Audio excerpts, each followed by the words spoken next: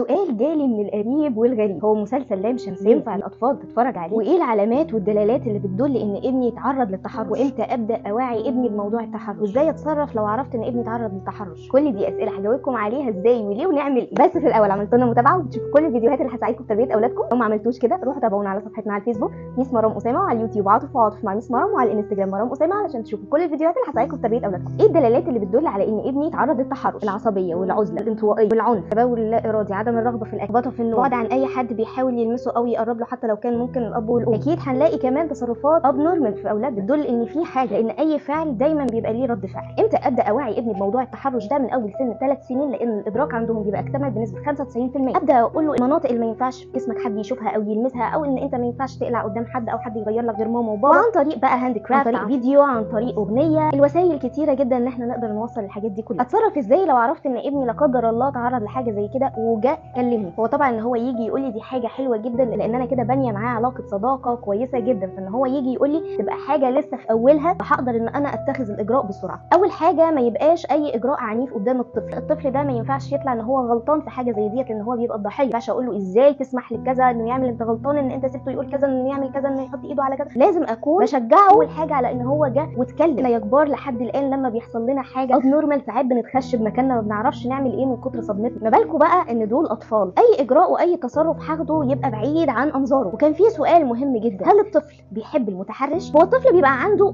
خلل، بيبقى عنده ايرور كده، ده صح ولا غلط، ده حب ولا مش حب، ده كره ولا مش كره، ده كويس ولا مش كويس، ده بيحبني ولا مش بيحبني، بس ده بيديني حاجات كويسه. بس مع التصرف المضاد ده الطفل بيبقى جاياله صدمه وبيبقى مش عارف ده، خصوصا ان معظم المشاكل اللي بتيجي في المسلسلات دايما بيبقى مصاحبها خلل في الاسره. الاحتياج العاطفي الاسري والحب والعطاء والاحتواء، صداقه ما بين الاب والام واولادهم فيها خلل، وده احتياج من احتياجات الاطفال. فلما بتلاقي حد بيديهم كمان حاجه مؤذيه، بيجي لهم هنا خلل وبيجي لهم هنا صدمات. اخر سؤال، هل الاطفال ينفع تشوف مسلسل زي لام شمسيه؟ ردي عليكم هيبقى باجابه واحده، احنا ليه مصرين ان اولادنا ياخدوا اي حاجه من بره مش مننا؟ ليه ما نبقاش احنا مصدر المعلومات؟ اولا اطفال ما قبل ال6 سنين ما ينفعش يتفرجوا على مسلسل زي ده، لان هم مش هيستوعبوا. ما فوق ال6 سنين يتفرجوا عادي على مسلسل زي ده، بس بشرط ان الاب او الام يبقوا قاعدين جنبهم بقهم في ودن اولادهم، بيوضحوا لهم وبيبينوا لهم وبيوعوهم. ليه انا بقول كده؟ ان احنا دلوقتي حضراتكم كل طفل عنده 5 سنين و6 سنين معاه تليفون بيستطلع بيه على كل حاجه، يشوف بوست، يشوف فيديو، بيكلم صحابه بيقولوا له ده احنا شفنا المسلسل الفلاني، ده احنا الحلقه العلانيه، ده احنا ليه مصرين ان احنا ما نصاحبش اولادنا؟ ليه مصرين ان احنا ما نبقاش قريبين من اولادنا؟ النضوج العقلي للاطفال مش هيكتمل غير بوجودنا احنا، بتوعيتنا احنا اللي بنساعد اولادنا ان هم يوصلوا للنضوج العقلي بدري او متاخر، او ان احنا نخلي اي حد يلعب في دماغهم. قربوا لاولادكم، ادوهم الاشباع العاطفي، ادوهم مشاعر، ادوهم حب بما فيه الكفايه، بطريقتهم هم مش بطريقتكم انتوا. اوعوا تسمحوا مهما كان اي حد قريب منكم انه ياخد مكانه ولو صغيره عند اولادكم، بس هي في الاخر بتاعتكم. خليكم انتوا الصديق المخلص، بير الاسرار، ثاني الناصح المعتمد بالنسبه لهم. ما تخلوش اولادكم يلجأوا للغريب علشان يسالوه. وربنا يا رب يحفظ ويحمي اولادنا من اي شر. وقابلكم في كلمتين على السريع ومعلومه جديده عن الطفل.